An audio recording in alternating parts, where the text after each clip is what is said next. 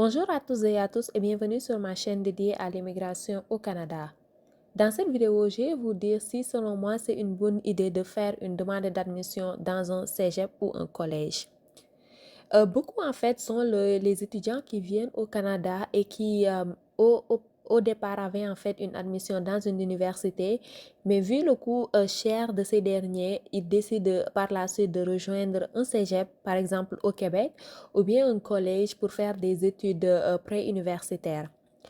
Euh, c'est vrai que la raison principale par rapport à ce choix-là est d'un point de vue financier, puisque les cégeps en général coûtent moins cher que les universités et la longueur des études est beaucoup moins longue comparée aux universités où un programme de baccalauréat en général c'est 3 à 4 ans, alors qu'un diplôme préuniversitaire c'est entre un an et demi à 2 ans. Tout de même, l'objectif principal en fait des étudiants au Canada, c'est éventuellement d'obtenir la résidence permanente et éventuellement la nationalité.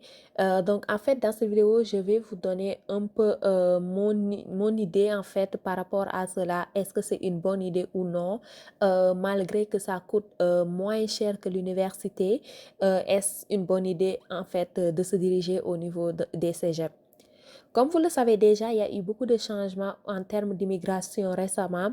Il y a eu de nombreuses politiques en vigueur et on s'attend également qu'il y en ait d'autres dans les prochains mois. Surtout que 2025 sera une année d'élection. On aura une élection fédérale ainsi qu'une élection provinciale. Donc, ça veut dire qu'il y aura vraiment pas mal de changements en termes d'immigration au Canada parce qu'actuellement, c'est un sujet à chaud. On en parle partout. Et donc, je vais principalement en fait vous parler du volet diplôme du Québec, donc le programme de l'expérience québécoise, parce qu'en général, si vous venez au Québec et vous comptez y résider à long terme, la majeure partie des étudiants vont s'installer et appliquer à ce programme-là. Donc, je vais quand même omettre un peu Entrée Express, même si c'est un autre programme que certains d'entre vous vont éventuellement faire. Comme vous le savez déjà ou peut-être pas, en général, pour pouvoir appliquer au programme de l'expérience québécoise, il vous faut répondre à plusieurs conditions spécifiques. Donc, si vous avez été étudiant au Québec, il faut que vous ayez obtenu un diplôme admissible. Donc, un diplôme admissible, c'est un diplôme que vous avez obtenu à travers un établissement désigné. Donc, il faut que vous ayez eu votre diplôme au cours des 36 mois qui précèdent la présentation de votre demande. Ça veut dire que vous ne pouvez pas présenter le programme de l'expérience québécoise plus de 3 ans à la fin de vos études. Et il faut également que vous ayez au moins séjourné au Québec pendant la moitié de votre programme d'études. Donc, vous ne pouvez pas être étudiant au Québec et habiter dans une autre province plus de la moitié de votre étude ou même habiter à l'étranger. Donc ça, c'est des critères en fait généraux. Par contre, les diplômes, c'est pas tous les diplômes ou bien tous les programmes d'études qui sont admissibles à ce programme-là. Donc, de façon générale, il faut soit que le diplôme soit un diplôme de premier cycle, le bac, la maîtrise ou le MBA deuxième cycle, le troisième cycle, c'est-à-dire le doctorat, ou bien que vous ayez fait un DEC au Cégep ou bien un DEP d'une durée d'au moins de 1800 heures, ou bien que vous ayez fait un DEP de moins de 1800 heures, mais suivi d'un ASP qui va vous faire plus en fait de 1800 heures d'études à la fin de ces deux programmes-là. Maintenant, ce programme-là est suspendu jusqu'en juin 2025 depuis tout récemment parce qu'en fait, le gouvernement du Québec s'est rendu compte qu'il y a eu beaucoup d'étudiants étrangers sur son sol, plus que ce qu'ils avaient prévu. Et également, grand nombre de ces étudiants étrangers-là sont au Québec et ils ne sont pas en train d'étudier. Et un grand nombre également d'entre eux ont demandé asile en fait, et ce qui n'est vraiment pas normal. De ce fait, ils essaient de limiter au max le nombre d'étudiants étrangers qui sont au Québec présentement, mais sachez que c'est une volonté fédérale aussi, donc il y a cette volonté de réduire le nombre de résidents temporaires au Canada. De ce fait, ce programme-là est suspendu jusqu'en juin 2025.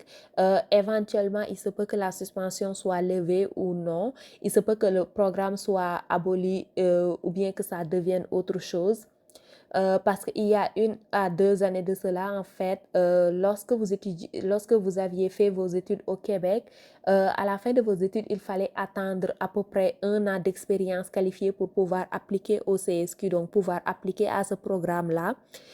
Cette condition avait été levée en 2024, mais selon moi, et là, c'est vraiment du spéculatif et c'est mon point de vue personnel.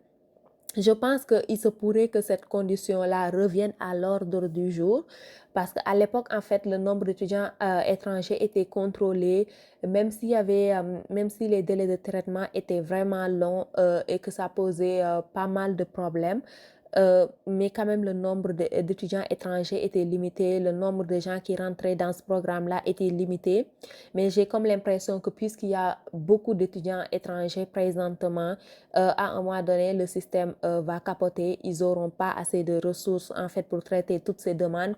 Donc, il se pourrait qu'ils fassent en sorte qu'il y ait un retard en fait, par exemple, pour que les gens demandent en retard en fait une année après leurs études la CSQ. Donc, je pense que ce critère-là pourrait revenir parce que de toute façon, entre express, il faut 1 année d'expérience qualifiée. Et dans le pire des cas, j'ai comme l'impression aussi que le système pourrait être reformé, que peut-être certains des diplômes puissent ne plus être, genre, qu'il y ait plus cette possibilité de faire la demande de CSQ. Et c'est sûr que si jamais ça devrait aller en ce sens-là, c'est les gens qui ont fait des études au cégep qui seront les premiers touchés parce que qu'on le veuille ou qu'on le veuille pas, les gens qui étudient à l'université, leurs études sont plus poussés à la fin de leurs études. Ils ont plus de possibilités de pouvoir occuper des postes qu'on considère qualifiés au Canada de façon générale, comparé aux gens qui ont étudié au cégep pour qui, à la fin de leurs études, peut-être leur premier et second job seront des emplois moins bien qualifiés, plus du genre technique, agent, entre autres. Et donc, c'est des expériences en fait qui permettent même pas en date d'aujourd'hui de pouvoir appliquer à Entrée Express.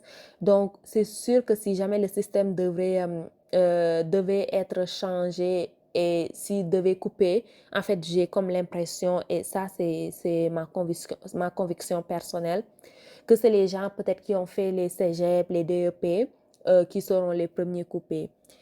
Tout de même, je mets un gros astérisque à cela. Certains des DEP sont assez techniques, donc je parle peut-être tout ce qui est DEP en mécanique.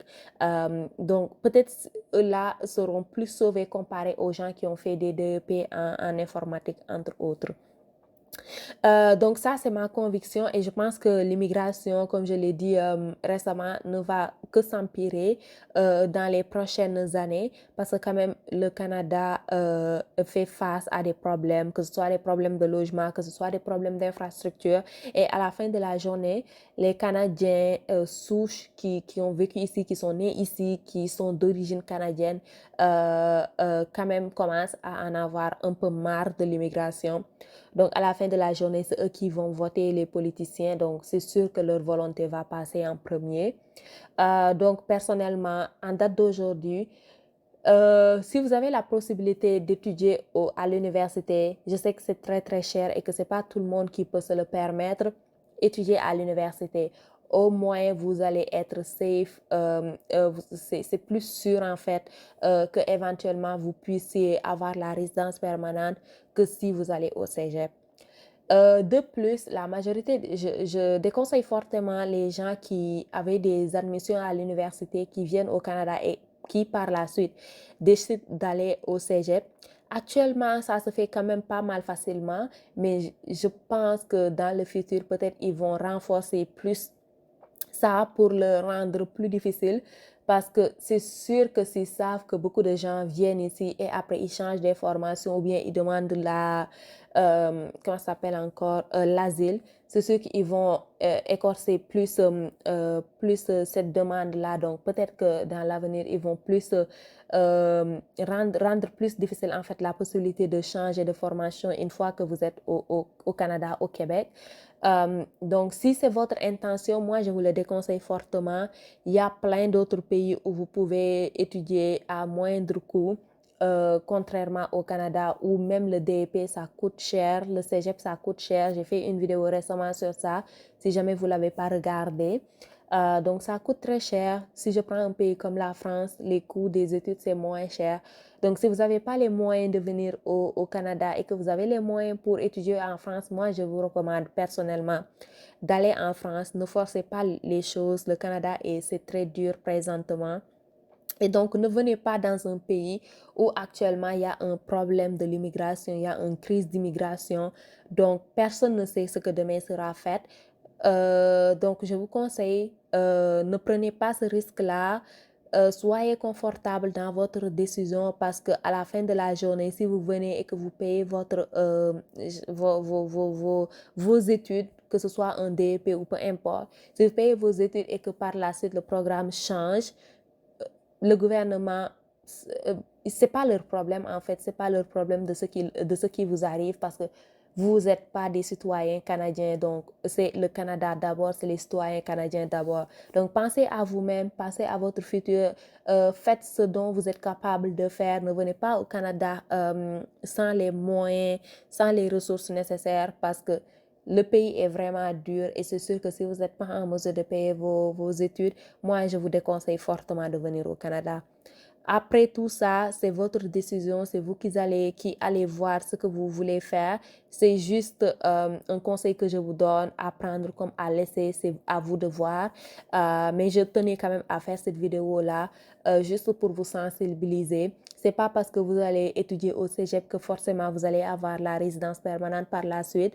Loin de là, peut-être que ça va être même beaucoup plus compliqué parce que dès que si vous faites les études au cégep, c'est fort probable que vous commencez pas avec un first job, votre premier emploi comme professionnel. Donc déjà, vous fermez les portes de entrée express déjà. Et je pense que c'est l'un des programmes les plus faciles au Canada, honnêtement. Et éventuellement, vous ne savez pas ce que le gouvernement du Québec va faire dans le futur. Donc, prenez ça en considération, réfléchissez-y. Si jamais vous voulez quand même faire vos démarches pour l'année qui s'en vient, commencez dès à présent parce que je pense que ça va être assez intense. Les applications cette année, ça va être... Il se peut que ce soit très facile de trouver une université parce qu'il y a beaucoup d'étudiants étrangers qui ne veulent plus venir au Canada. Donc, il se peut que ce soit très facile pour vous de trouver une université, de trouver une admission ou un cégep. Mais éventuellement, là où ça va vraiment bloquer et qui va être très, très difficile, je pense que ce sera lors de la demande du CAQ et lors de la demande du permis d'études. Donc, prenez-y vous à temps, n'attendez pas à la dernière minute, commencez à faire vos démarches et dès que vous avez votre admission, foncez, n'attendez pas, ne perdez pas votre temps. Si jamais votre première demande ne marche pas, vous avez toujours la possibilité de refaire une demande sans problème. C'est sûr que vous aurez des frais à payer, mais vous aurez quand même une deuxième chance pour peut-être corriger certains éléments de votre dossier et retenter votre chance. Donc, dans les prochaines vidéos, en fait, je vais plus vous parler de tout ce qui est immigration, donc la façon de devenir résidence permanente. Je vais moins parler des sujets liés aux étudiants, aux études, mais tout de même, si vous êtes aux études, n'hésitez pas à regarder, à vous abonner les prochaines vidéos. Parce qu'en fait, ça va vous montrer peut-être des alternatives si jamais vous n'avez pas la possibilité de venir étudier au Canada. Donc, je ne vais pas me limiter au Québec. Donc, je vais parler d'autres provinces, de beaucoup de programmes que la majeure partie des gens ne connaissent pas. Donc, abonnez-vous pour ne rien manquer et je vous dis merci beaucoup et à la prochaine.